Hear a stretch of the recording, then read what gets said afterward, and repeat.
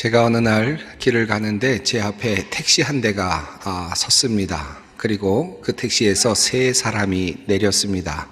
젊은 여인이었는데 엄마였습니다. 그리고 함께 내리는 어린아이가 있었는데 아마도 한 4-5살쯤 돼 보이는 남자아이였습니다. 굉장히 활달한 그런 아이였습니다. 그 뒤에 내린 분은 바로 아마도 할머니처럼 보이는 그런 분이셨습니다. 택시에서 내려서 이제 언덕길 위쪽으로, 마을 위쪽으로 올라가고 있는 모습이 보였는데요. 내리자마자 어린아이가 혼자 열심히 위쪽으로 뛰어 올라가는 것이 보였습니다. 위험하다 살짝 느껴졌는데 그때 엄마가 얘기했습니다. 안 돼! 라고 그렇게 소리를 질렀습니다. 그러자 이 아이가 힐끔 다시 할머니와 엄마를 쳐다보더니 다시 언덕길로 냅다 뛰어 내려오는 것입니다. 그러자 또다시 할머니가 안 돼! 라고 그렇게 소리를 쳤습니다. 그 아이가 여기저기 움직이는데 계속 들리는 소리가 안 돼! 안 돼! 안 돼! 라는 소리가 유독 크게 들렸습니다. 결국 아이의 손을 붙잡고 아이를 데리고 가는데 아이가 또 물구덩이를 보더니 발을 들여서 그것에 발을 들이려고 하니까 또다시 할머니가 안 돼! 하는 소리를 질렀습니다. 아이가 귀엽기도 했습니다마는 아이를 두고 쩔쩔매는 엄마 그리고 할머니의 모습이 또 흥미롭게 보이기도 했습니다. 제가 잠시 바라보는 사이에 할머니와 어머니가 그렇게 말했던 안 되라는 말이 아마 수십 번은 되었던 것 같습니다. 그런 과정을 제가 살펴보면서 제 마음속에 이런 생각이 들었습니다. 우리 아이들에게 평생 동안 우리 부모님들이 안 되라는 말을 몇 번이나 할까? 그런 한번 생각을 해봤습니다. 여러분 몇 번쯤 하신 것 같습니까? 아마 셀 수 없이 많이라고 대답을 하실 수밖에 없을 것 같습니다. 아이가 태어나면서부터 우리 부모님들이 입에 달고 있는 말이 하나 있다면 그것은 바로 안 돼라는 말이 아닐까 하는 생각이 듭니다. 생각할수록 우리가 우리 자녀들에게 긍정의 말보다는 부정의 말을 참 많이 하고 있구나 하는 생각을 하게 됩니다. 왜 그럴까요? 우리 자녀들이 이 세상에서 사고를 당하지 않고 살기를 원하기 때문이겠죠. 실패하지 않기를 원하기 때문이겠죠. 아프지 않기를 원하기 때문이겠죠. 외롭지 않게 살아가기를 원하기 때문이겠죠. 잘 살기를 원하기 때문이겠죠. 행복하게 살 수 있게 되기를 간절히 원하기 때문이겠죠. 그래서 부모님들이 하는 말이 바로 안 돼! 라는 그런 말입니다.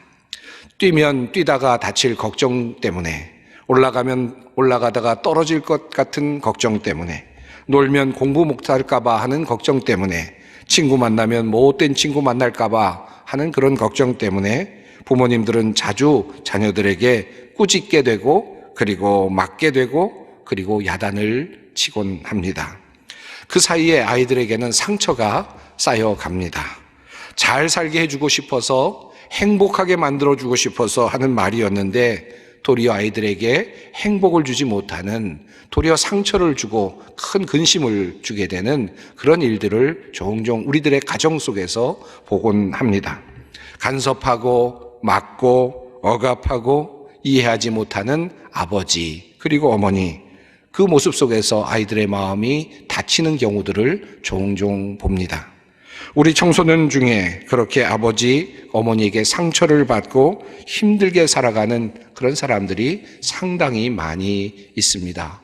어쩌면 여러분의 자녀도 여러분은 모르고 있을지 모르지만 부모님들에 의해서 큰 상처를 받고 있을지도 모를 일입니다. 2020년 1월 15일 이런 기사 제목이 올라왔습니다. 신창원 선생님 때문에 악마가 태어났다 라고 하는 제하의 글이었습니다.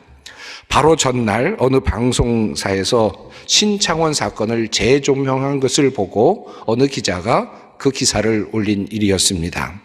사실 신창원의 사건은 1997년여로 뒤돌아가죠. 아주 오래전의 사건이었는데 아마 많은 사람들이 그의 이름을 기억할 만큼 큰 사건이었던 것 같습니다. 강도치사 혐의로 무기징역을 받고 그렇게 8년째 복역 중이던 신창원이 부산교도소에서 수감 중에 통풍구를 뚫고 탈옥했던 사건이었습니다.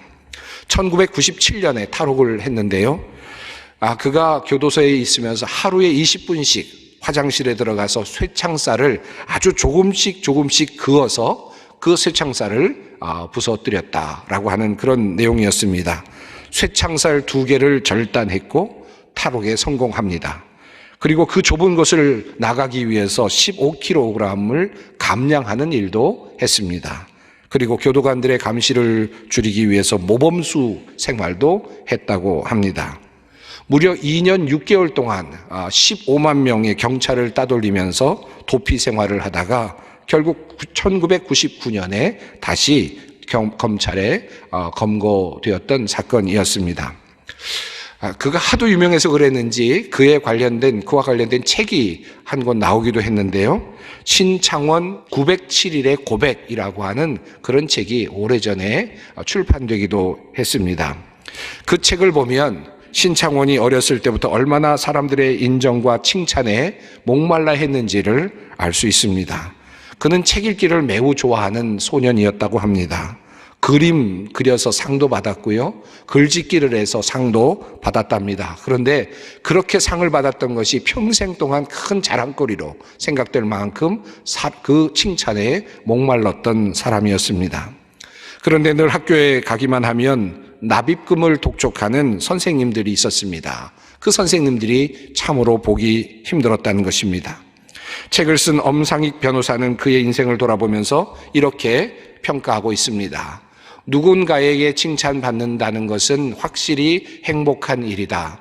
신창원에게는 그런 기억이 많지 않았다. 따뜻한 격려와 위로의 말 한마디, 사소한 선행을 부추기는 그 아름다운 친절의 말 한마디를 좀 더 여러 번 들을 기회가 있었더라면 어쩌면 그는 교도소에 가는 일도 지금처럼 초라한 도망자가 되는 일도 없었을지 모른다. 그는 배고픔보다는 인정에 굶주린 삶의 낙오자였다.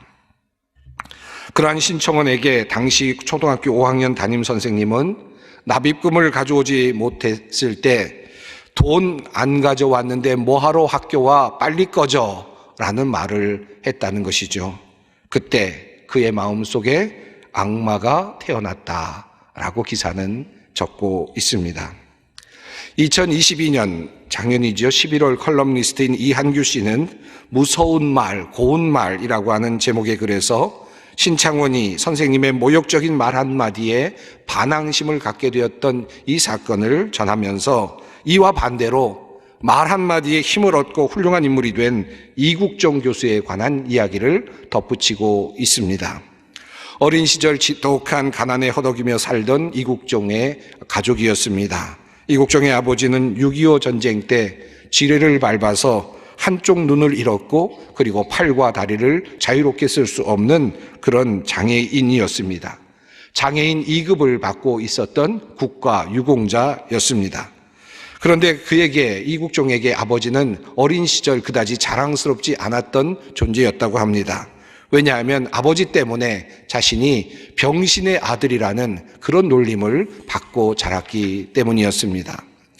이국종은 축농증을 심하게 앓은 적이 있었는데 치료를 받으려고 병원에 종종 갔었는데 갈 때마다 국가유공자의 의료복지 카드를 내밀게 되면 아마도 그때는 그랬던 것 같습니다. 다른 병원에 가보라면서 문전박대를 당하는 일이 있었다고 합니다.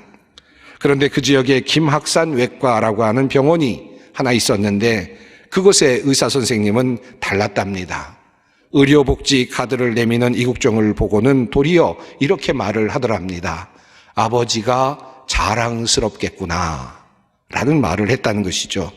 그리고 진료비도 받지 않고 정성껏 진료를 해주었답니다. 심지어는 열심히 공부하라며 때로 용돈까지 그에게 주었답니다. 이 말 한마디가 어린 이국종의 삶을 결정했다라고 컬럼니스트 이한규 씨는 말하고 있습니다. 실제로 나무위키에 나오는 이국종에 대한 글에도 이런 내용이 자세하게 나타나고 있습니다. 말 한마디가 얼마나 중요한가를 보여주는 아주 귀한 사례라고 할 수 있겠습니다. 여러분, 우리가 지금 무슨 말을 하고 있을까요? 우리 자녀들에게 우리는 어떤 말을 하고 있습니까? 우리의 미래 세대의 사람들에게 우리는 지금 어떤 말을 지금 하고 있습니까? 계속 안 돼 라고 하는 말을 하고 있을까요? 우리의 미래가 불투명하다, 큰일 났다 라는 말로 아이들에게 힘든 그런 짐을 지어주고 있지는 않은지요. 정말 우리는 자녀들 앞에서 긍정의 말을 하고 있는지 한번 주님 앞에서 한번 우리 자신을 돌아보았으면 좋겠습니다. 오늘 본문을 한번 다시 살펴봅니다. 사람들이 예수께서 만져주심을 바라고 자기 어린 아기를 데리고 오매 제자들이 보고 꾸짖거늘 예수께서 그 어린 아이들을 불러 가까이 하시고 이르시되 어린 아이들이 내게 오는 것을 용납하고 금하지 말라. 하나님의 나라가 이런 자의 것이니라. 내가 진실로 너희에게 이르노니 누구든지 하나님의 나라를 어린아이와 같이 받아들이지 않는 자는 결단코 거기 들어가지 못하리라 하시니라. 우리는 이 말씀을 읽을 때마다 어른의 입장에서 이 말씀을 주로 읽곤 합니다. 즉 예수님께 나오던 아이들을 제자들이 막았을 때 예수님께서 하신 말씀, 어린아이들이 내게 오는 것을 막지 말라는 이 말씀에서 우리는 한 가지 예수님의 귀한 뜻을 발견하죠. 예수님은 아이들도 환영하시는구나, 아이들도 기쁘게 맞아주시는구나 라고 하는 사실을 확인합니다. 또 한 걸음 더 나아가서 누구든지 하나님의 나라를 어린아이와 같이 받아들이지 않는 자는 결단코 그곳에 들어가지 못하리라 라는 말씀을 묵상하면서 그렇다면 우리가 어떻게 하면 어린아이와 같이 될 수 있을까라는 관점에서 이 말씀을 묵상하곤 합니다. 오늘의 본문을 어른의 관점에서 본다면 분명 이 두 주제는 매우 중요한 관점이 될 것입니다. 그리고 사실 우리는 이런 관점에서 오늘의 본문 말씀을 해석해 온 것이 사실입니다. 우리는 이러한 주님의 말씀을 근거로 해서 유아 세례를 베풉니다. 사실 예수님께서 직접 아이들에게 세례를 베푸셨다는 기록은 성경에 없습니다. 또 예수님께서 어린아이들에게 세례를 베풀라고 명령하신 것도 성경에서는 발견되지 않습니다. 그래서 어떤 교파에서는 유아 세례를 주는 것을 반대하는 그런 교파도 있기는 합니다. 하지만 대부분의 기독교 교단과 교회에서는 오랜 전통 속에서 유아 세례를 거행하고 있습니다. 그 근거가 되는 성경 구절이 바로 오늘 본문 말씀입니다.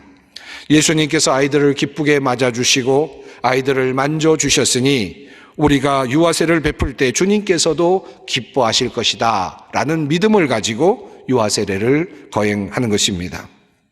또한 우리는 이 말씀 속에서 우리가 어린아이와 같이 되어야 한다는 주님의 말씀을 늘 상기하곤 합니다.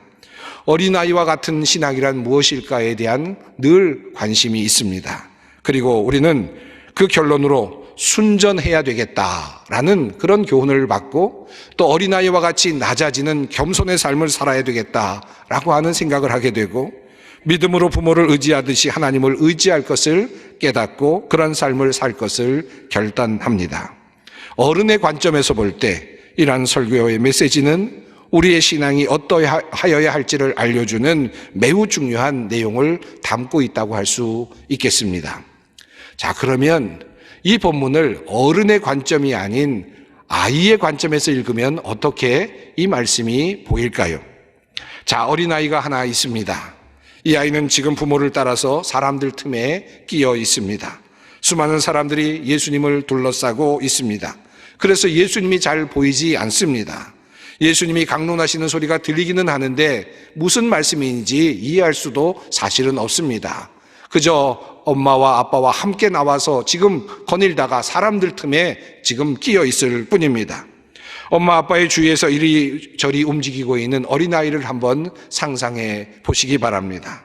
한 번은 아빠가 아이를 자신의 목에 태워서 멀리 계시는 예수님을 볼 수 있게 목마를 태워 주었습니다.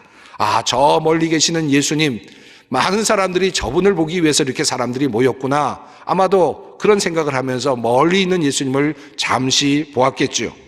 그런데 뒤에 있는 어떤 사람이 아이 때문에 예수님이 안 보인다고 소리치자 다시 아버지는 아이를 목마에서 내려놓습니다. 다시 아이에게 보이는 것은 그저 사람들의 뒷모습일 뿐입니다. 그들의 엉덩이, 그들의 그저 뒷모습, 그저 그들의 속에서 둘러싸여 있는 그와 같은 모습이었을 것입니다. 차츰 아버지가 예수님을 가까이 사람들을 제치고 나아가기 시작합니다.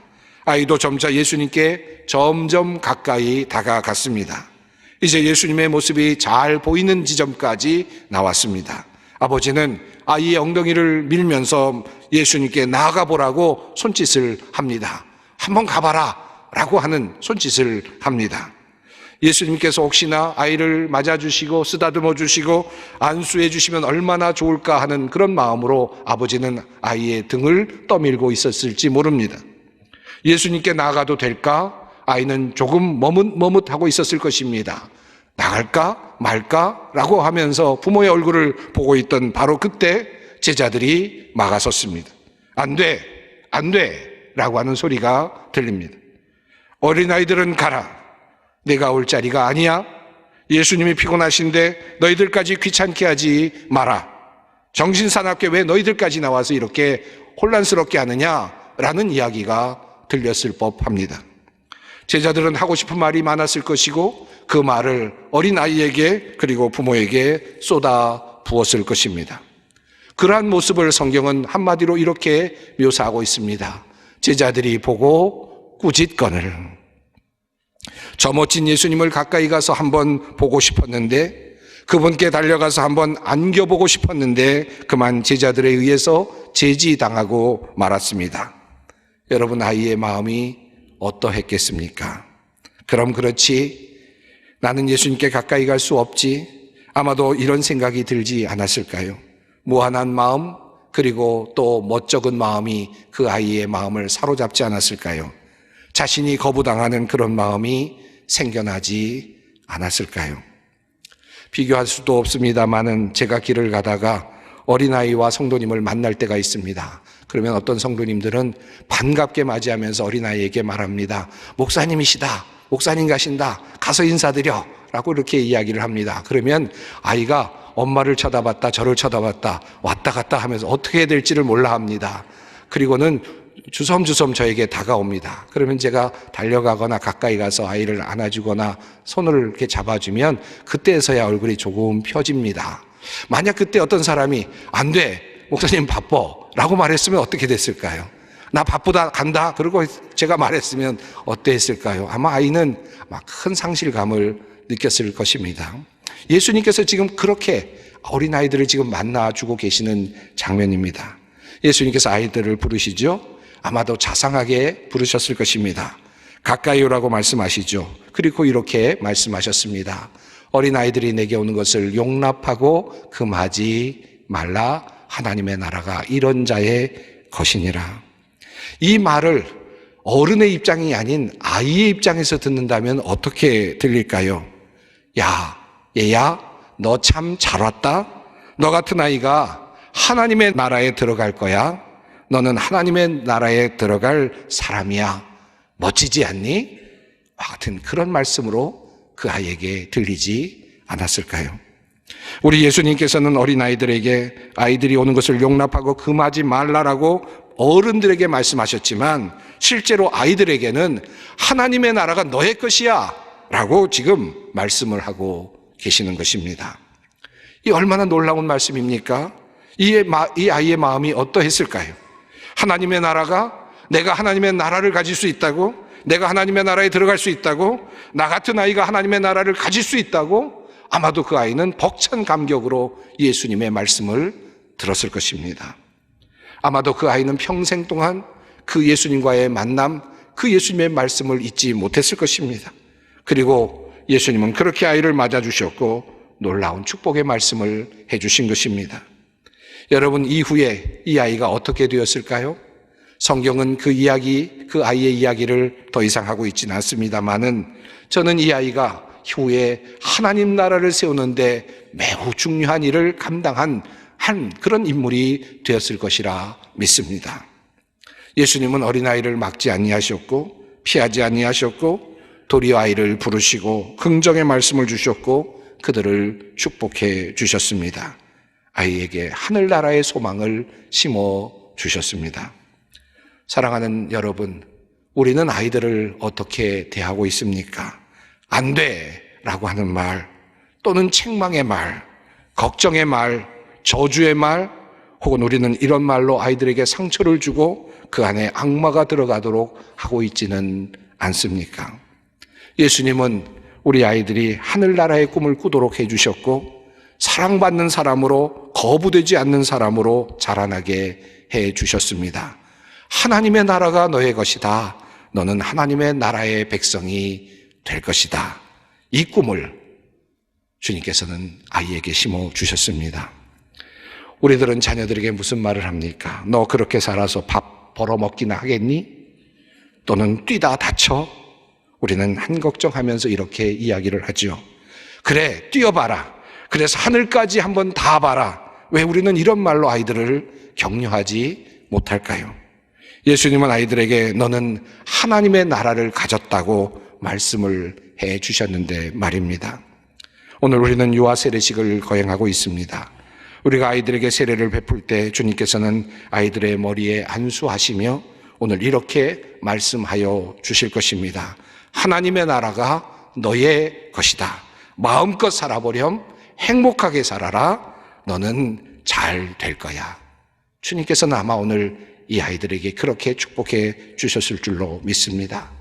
사랑하는 성도 여러분, 오늘도 우리 주님께서는 우리를 자녀로 삼아주시고 우리를 꾸짖지 아니하시고 우리를 받아주고 계십니다. 죄도 많이 지었습니다. 드러나면 정말 부끄러운 일들을 많이 저질렀습니다. 부끄러워 감히 주님께 나갈 수 없는 존재들이죠. 그러나 주님께서는 예수 그리스도의 보혈을 보시고 주님은 우리의 죄와 허물을 잊으셨습니다. 순전한 아이처럼 우리를 보시고 그리고 받아주시며 하나님의 나라가 너의 것이라 말씀하고 계십니다. 우리가 속한 이 세상에는 참으로 부정의 언어, 절망의 언어, 저주의 언어들이 너무 많이 있습니다. 안 되는 것이 너무 많습니다. 예수님께서 어린아이를 보시면서 이렇게 말씀하셨다면 어떠했을까요? 얘야, 참 안 좋은 데 태어났구나. 안 좋은 때에 태어났구나. 앞으로 주택 문제가 심각할 거고 실업률이 높아질 거야. 너 앞으로 어떻게 살래? 그러나 주님께서는 그렇게 말씀하지 않으셨습니다. 주님께서는 긍정의 언어로 하나님의 나라가 너 같은 사람의 것이야 라고 말씀해 주셨습니다. 이 말씀을 우리의 마음속에 새기십시다. 마지막으로 에베소서를 통해 주시는 주님의 말씀을 함께 한 목소리로 함께 읽어보겠습니다. 아비들아, 너희 자녀를 노엽게 하지 말고 오직 주의 교훈과 훈계로 양육